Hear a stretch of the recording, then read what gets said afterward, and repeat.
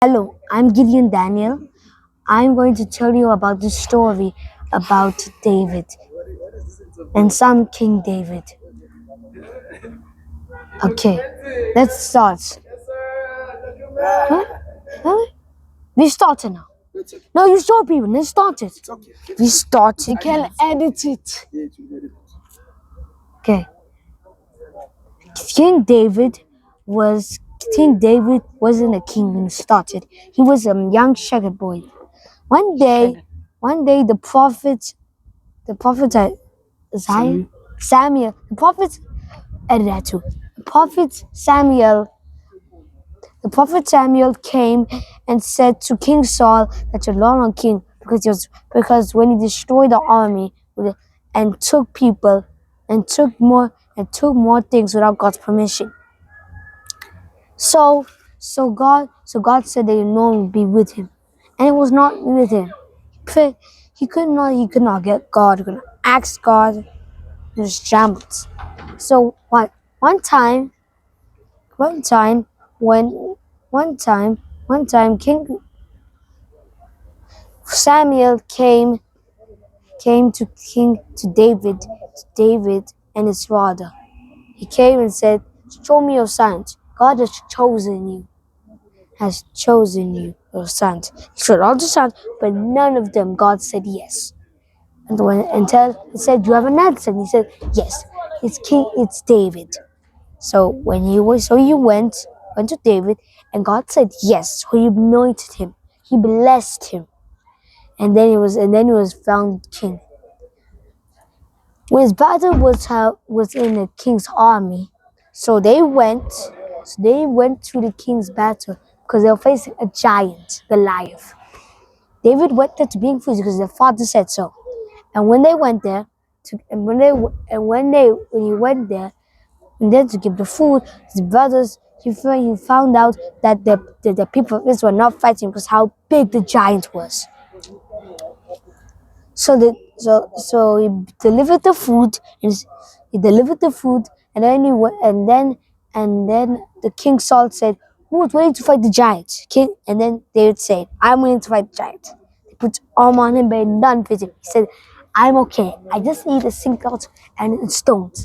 He got 4 clean stones, and with 1 stone, he defeated Goliath. And when he grew up, he was a battle nail for Saul. Saul grew jealous of him. So he commanded David to go in the Philistine army and get 100 Philistine bodies alive. So to marry his daughter that they love. So David went there and slaughtered them with God's help. He took 100 and gave it to the king. He was so successful that he even got even 200 of them. So by being furious, being so furious, he ordered his soldiers to search David and to kill him. So David ran away from the city, went to the Philistines, came, and he acted like a madman because people were saying rumors about him killing Goliath. So he got kicked out, went back in, gained the king's trust, and could have betrayed him. But the other soldier said that he's going to betray us. So he had to go back to his camp. With few men. Anyways, he came back to Israel. Went on a rock. He hid in a place. Before he did that, he went to the king again, and the same thing happened. The king wanted to chase him. He was chased. He went to a mountain rock. He prayed. He went to the mountain. King Solomon found where he is, went there, and he was sleeping. And when David could have killed him sleep, but instead he cut his hair, and left. So when King Solomon stepped out, King Saul or Solomon? I said King Saul. King Saul stepped out, saw David, and orders God to kill him. But he said, "Why would you kill me? I had your hair. I could have killed you in your sleep."